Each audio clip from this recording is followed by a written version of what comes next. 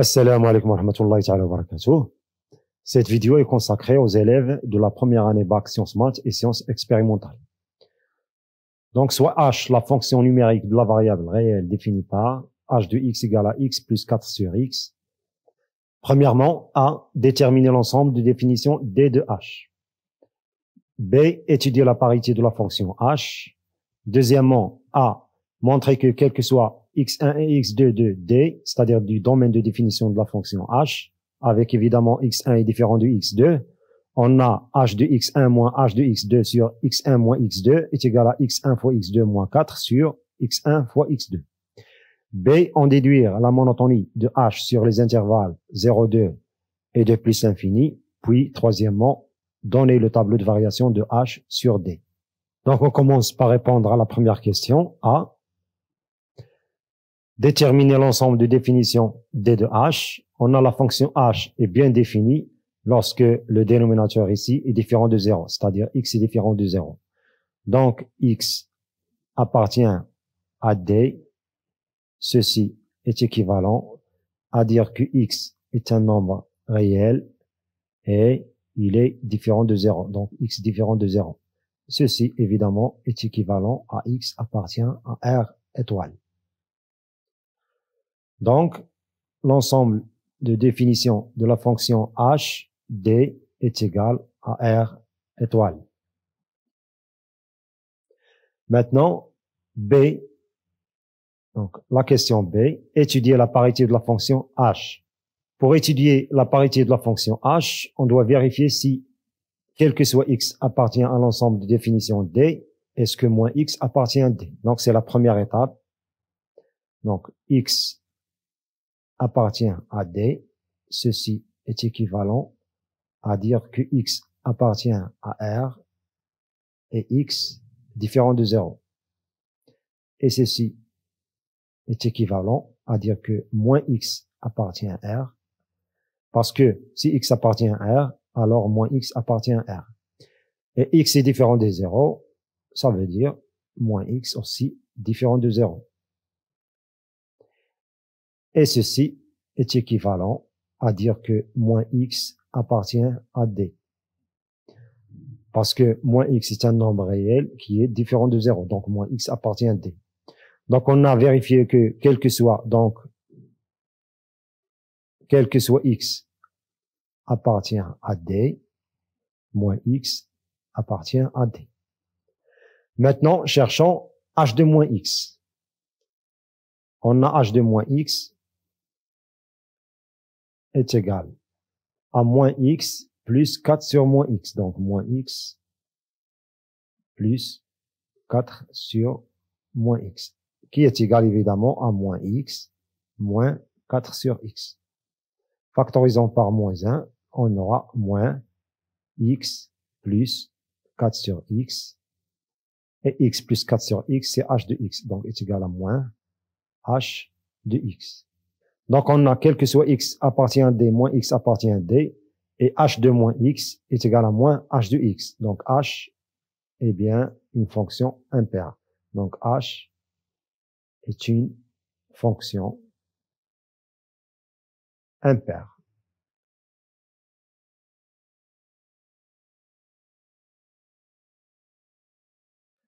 Maintenant, on va répondre à la deuxième question.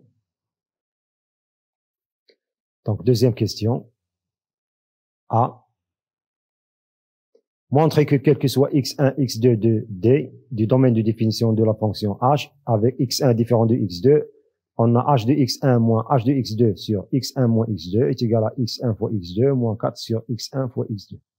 Cherchons tout d'abord l'expression de h de x1 moins h de x2. Donc, h de x1 moins h de x2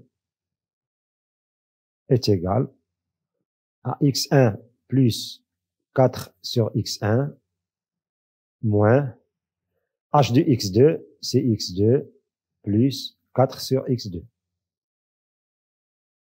Donc, en supprimant les parenthèses, on aura x1 moins x2, donc x1 moins x2 plus 4 sur x1 moins 4 sur x2. Donc, moins 4 sur x2. On va calculer 4 sur x1 moins 4 sur x2 en réduisant au même dénominateur. On aura x1 moins x2 plus, donc 4 fois x2, donc 4 fois x2 sur x1 fois x2, donc x1 fois x2, moins 4 fois x1 sur x1 fois x2, égale à x1 moins x2 plus, donc 4x2 moins 4x1, donc 4x2 moins 4x1 sur x1 fois x2. Maintenant, on va factoriser cette expression par moins 4. Donc, on aura x1 moins x2 moins 4 facteurs. Donc, ici, il va rester moins x2 et ici, il va rester plus x1, c'est-à-dire x1 moins x2. Donc, x1 moins x2 sur x1 fois x2. Donc, x1 fois x2. Je répète, on a factorisé par moins 4. Donc, si on factorise par moins 4, il va rester ici moins x2 et ici plus x1. Donc, on a factorisé par moins 4. Ici, moins x2, voilà moins x2. Et ici, plus x1, voilà plus x1. Donc, maintenant, on va factoriser par x1 moins x2. On a ici x1 moins x2. Et ici, x1 moins x2. Donc, x1 moins x2, facteur. Il reste ici 1, moins, et ici, il reste 4 sur x1 fois x2. Donc, 4 sur x1 fois x2. On a factorisé par x1 moins x2 parce qu'on a besoin de diviser h de x1 moins h de x2 par x1 moins x2. On passe maintenant à l'expression h de x1 moins h de x2 divisé par x1 moins x2 égale. Lorsqu'on divise cette expression qui est h de x1 moins h de x2 par x1 moins x2, on va simplifier par x1 moins x2 et il reste évidemment 1 moins 4 sur x1 fois x2 qui est égal, en réduisant au même dénominateur, x1 fois x2 sur x1 fois x2 moins 4 sur x1 fois x2 et qui est égal à x1 fois x2 moins 4 sur x1 fois x2. D'où notre résultat. h de x1 moins h de x2 sur x1 moins x2 est égal à x1 fois x2 moins 4 sur x1 fois x2. Ceci est le taux de variation de la fonction h entre x1 et x2. Passons maintenant à la question B. En déduire la monotonie de h sur les intervalles 0, 2 et 2 plus l'infini.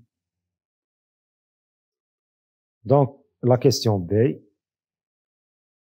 premièrement, sur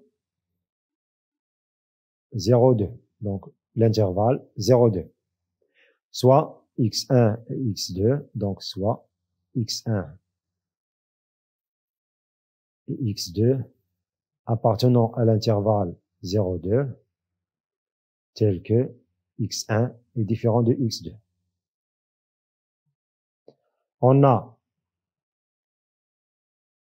x1 est compris entre 0 et 2, donc 0 est strictement inférieur à x inférieur ou égal à 2, et 0 est strictement inférieur à x2 inférieur ou égal à 2, donc on aura le produit x1 fois x2 est compris entre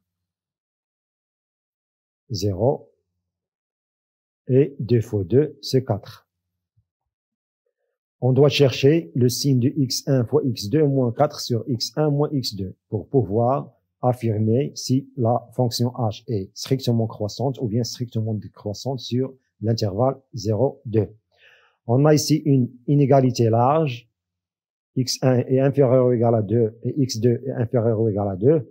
Donc, on doit avoir x1 fois x2 est inférieur ou égal à 4.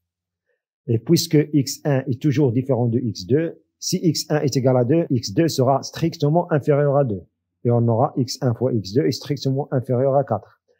Et aussi, si x2 est égal à 2, alors x1 sera strictement inférieur à 2.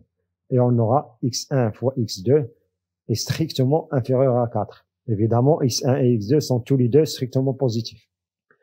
Donc, en retranchant 4 de chaque membre de cette double inégalité, on aura donc 0 moins 4, c'est moins 4, inférieur strictement à x1 fois x2 moins 4, et inférieur strictement à 4 moins 4 qui est 0. Donc, x1 fois x2 moins 4 est strictement négatif. Et x1 et x2 sont tous les deux dans l'intervalle 0,2, c'est-à-dire positif strictement.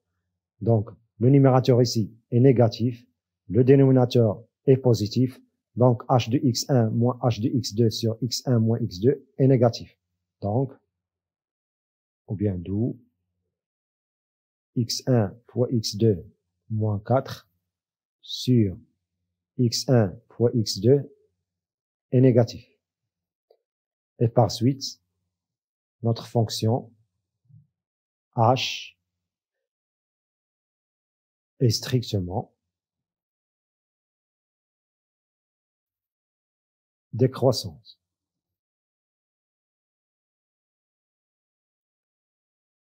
Sur l'intervalle 0, 2. Maintenant, sur l'intervalle 2 plus l'infini, donc sur l'intervalle 2 plus l'infini, on aura x1 est strictement supérieur à 2 et x2 strictement supérieur à 2. Donc, le produit x1 fois x2 est strictement supérieur à 2 fois 2, qui est 4.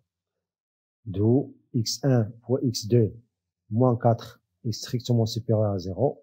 Et par suite, comme x1 et x2 sont strictement supérieurs à 2, alors ce quotient x1 fois x2 moins 4 sur x1 fois x2 est strictement supérieur à 0. Donc, x1 fois x2 moins 4 sur x1 fois x2 est strictement supérieur à 0. Et par suite,